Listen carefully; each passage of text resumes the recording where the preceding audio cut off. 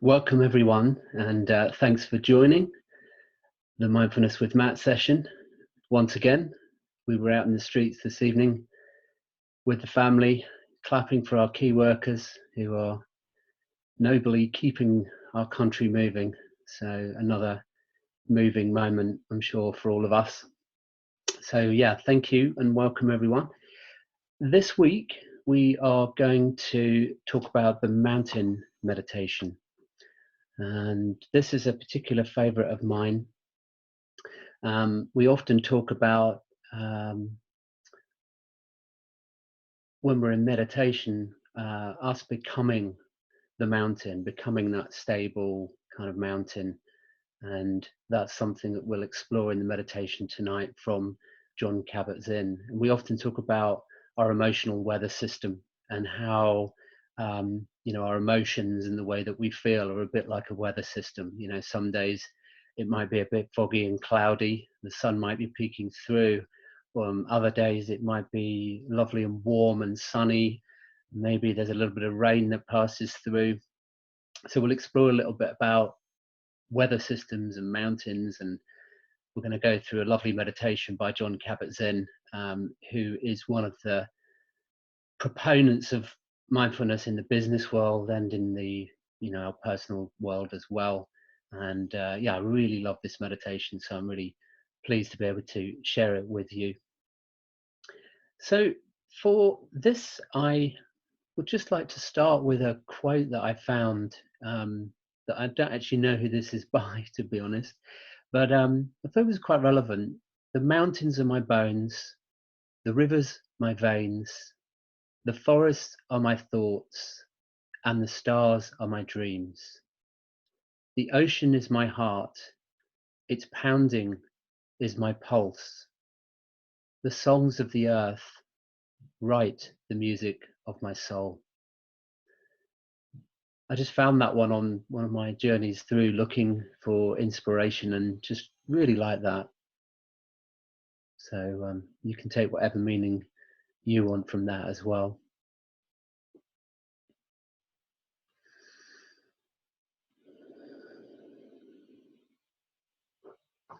So let's move on to our guided meditation practice for this evening. This is the mountain meditation, as I said, by John Kabat-Zinn. So this meditation is normally done in a sitting position, either on the floor or on a chair. And it begins by sensing into the support that you have from the chair or the cushion. Paying attention to the actual sensations of contact. Finding a position of stability and poise. Thinking about your upper body balanced over your hips and your shoulders. In a comfortable yet alert posture. Placing your hands on your lap or your knees or wherever's comfortable for you, or even your arms hanging by their own weight if you wish, like heavy curtains. But taking a pose that's stable and relaxed. Actually sensing into your body, feeling your feet, your legs, your hips, lower body, your upper body, into your arms, shoulders, your neck, and your head. And if you haven't done so already, just allowing your eyes to gently close, or if you don't want to close them, just softly focusing them a few feet in front of you, not looking at anything in particular. Just bringing awareness to the breath, the actual physical sensations, feeling each breath as it comes in and goes out.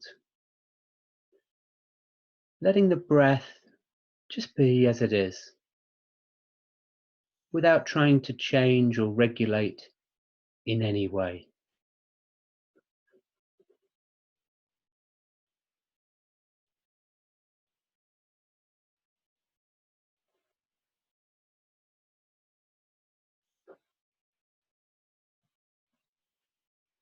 Allowing it to flow easily and naturally with its own rhythm and pace. Knowing that you are breathing perfectly right now. Nothing for you to do.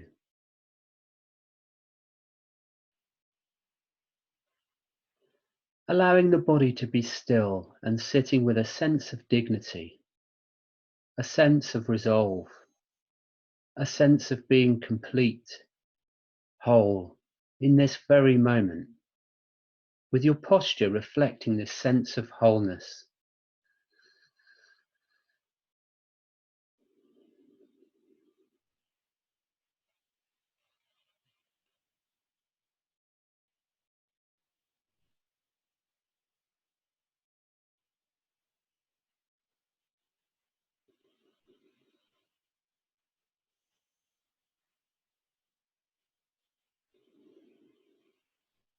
And as you sit here, letting an image form in your mind's eye of the most magnificent or beautiful mountain you have ever seen or can imagine.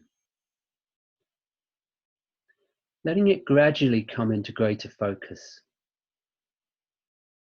And even if it doesn't come in as a visual image, allowing the sense of this mountain and feeling its overall shape, its lofty peak or peaks high in the sky, the large base rooted in the bedrock of the Earth's crust, its steep or gently sloping sides. Noticing how massive it is, how solid, how unmoving, how beautiful, whether from afar or up close.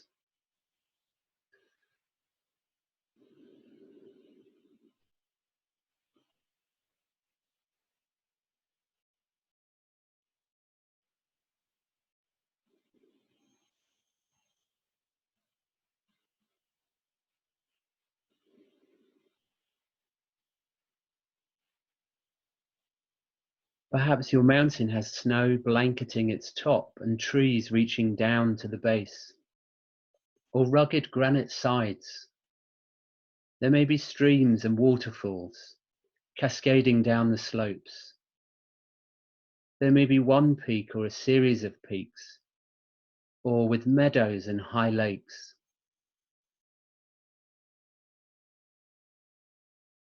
Observing it, noting its qualities, and when you feel ready, seeing if you can bring the mountain into your own body, sitting there so that your body and the mountain in your mind's eye become one. So that as you sit here, you share in the massiveness and the stillness and the majesty of the mountain. You become the mountain.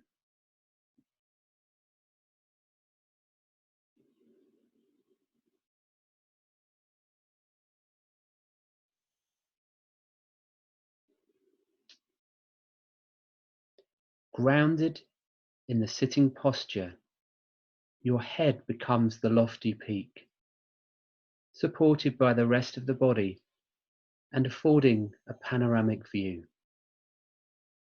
Your shoulders and arms, the sides of the mountain.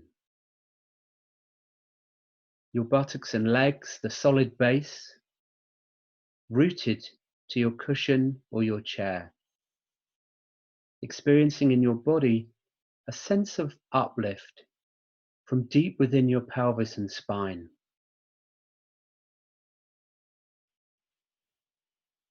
With each breath, as you continue sitting, becoming a little more a breathing mountain, alive and vital, yet unwavering in your inner stillness, completely what you are, beyond words and thought, a centered, grounded, unmoving presence.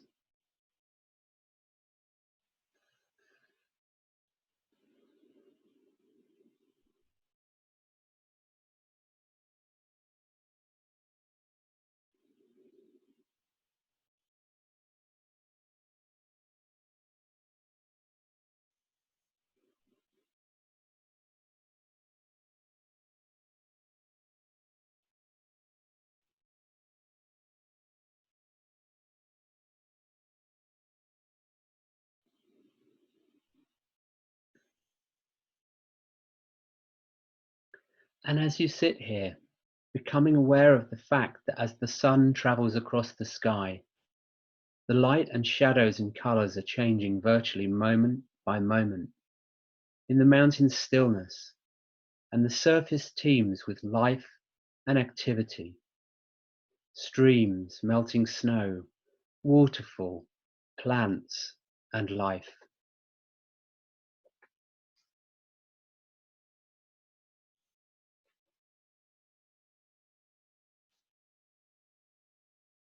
As the mountain sits, seeing and feeling how night follows day and day follows night. The bright warming sun followed by the cool night sky studded with stars, and the gradual dawning of a new day. Through it all, the mountain just sits, experiencing change in each moment, constantly changing, yet always just being itself. It remains still as the seasons flow into one another, and as the weather changes moment by moment and day by day, calmness abiding all change.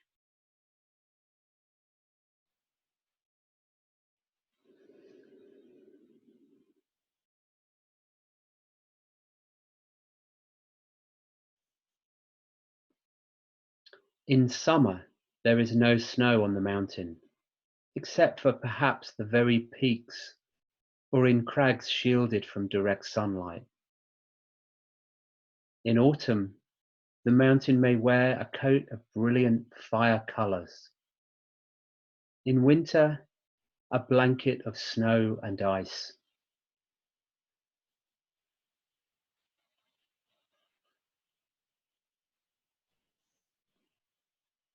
In any season, it may find itself at times enshrouded in clouds, or fog, or pelted by freezing rain. People may come to see the mountain and comment on how beautiful it is, or how it's not a good day to see the mountain, that it's too cloudy or rainy or foggy or dark. None of this matters to the mountain, which remains at all times its essential self.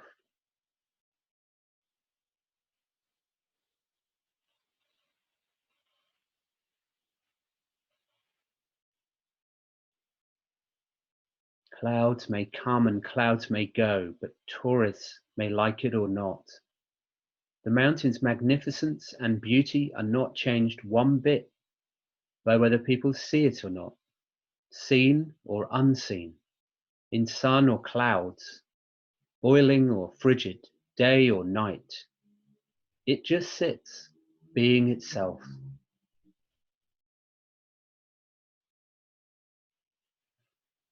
At times visited by violent storms, buffeted by snow and rain and winds of unthinkable magnitude. Through it all, the mountain sits.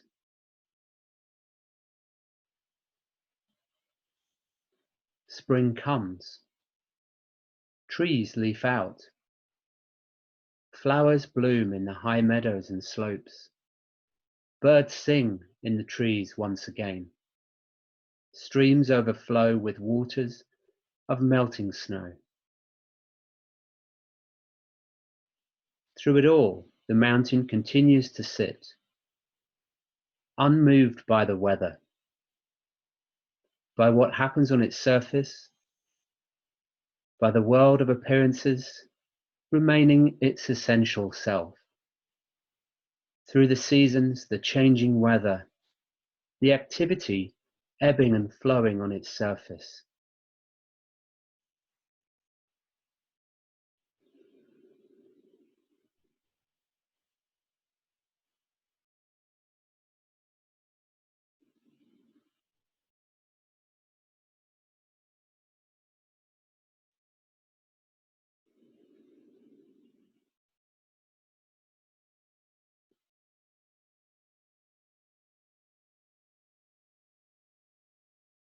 In the same way as we sit in meditation, we can learn to experience the mountain. We can embody the same central, unwavering stillness and groundedness in the face of everything that changes in our own lives over seconds, over hours, over years. In our lives and in our meditation practice, we experience constantly the changing nature of mind and body and of the outer world. We have our own periods of light and darkness, activity and inactivity, our moments of color and our moments of drabness. It's true that we experience storms of varying intensity and violence in the outer world and in our own minds and bodies, buffeted by high winds, by cold and rain. We endure periods of darkness and pain, as well as moments of joy and uplift. Even our appearance changes constantly, experiencing a weather of its own.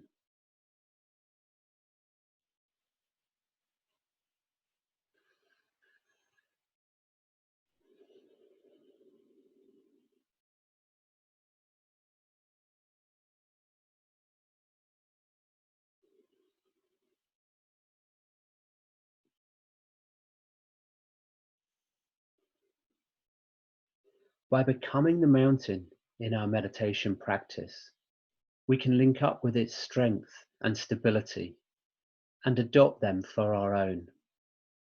We can use its energies to support our energy to encounter each moment with mindfulness and equanimity and clarity.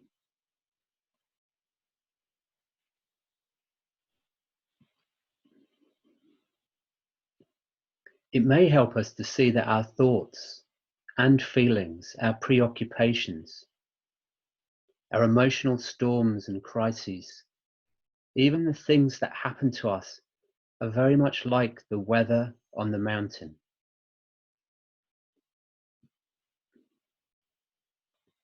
We tend to take it all personally, but its strongest characteristic is impersonal.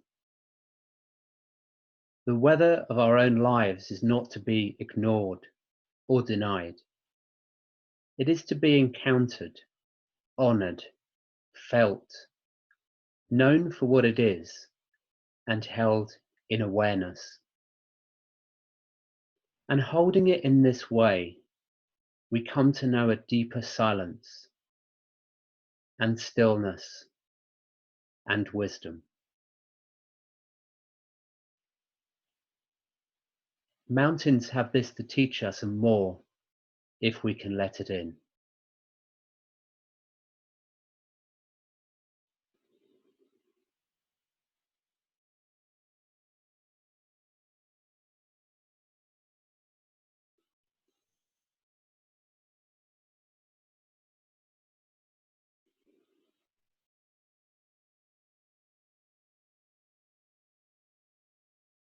So if you find that you resonate in some way with the strength and stability of the mountain in your sitting, it may be helpful to use it from time to time in your meditation practice to remind you of what it means to sit mindfully with resolve and with wakefulness in true stillness.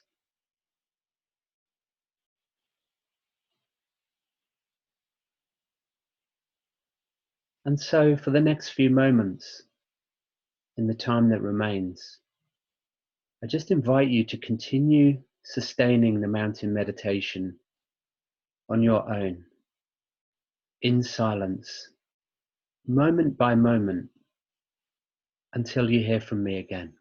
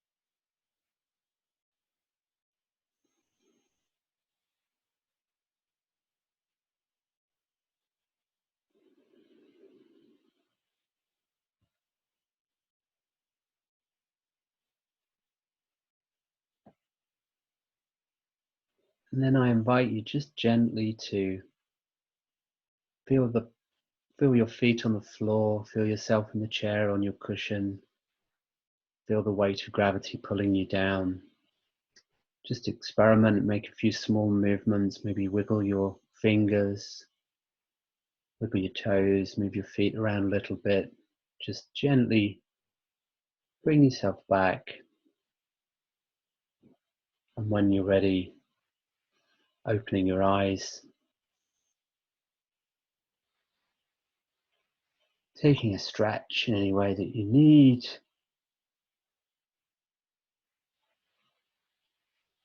And remembering that you can always go back to the stability and the poise of the mountain in your meditation.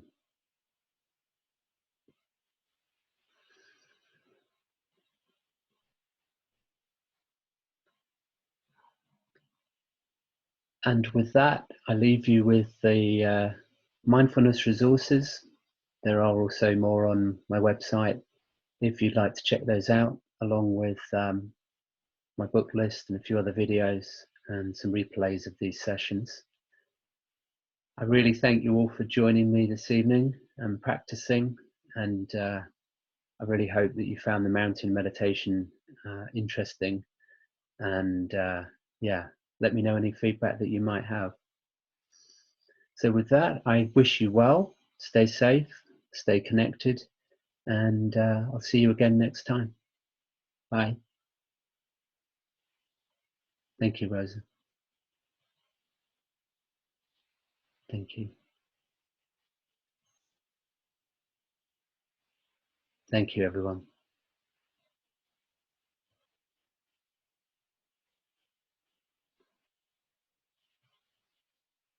Thank you. Bye.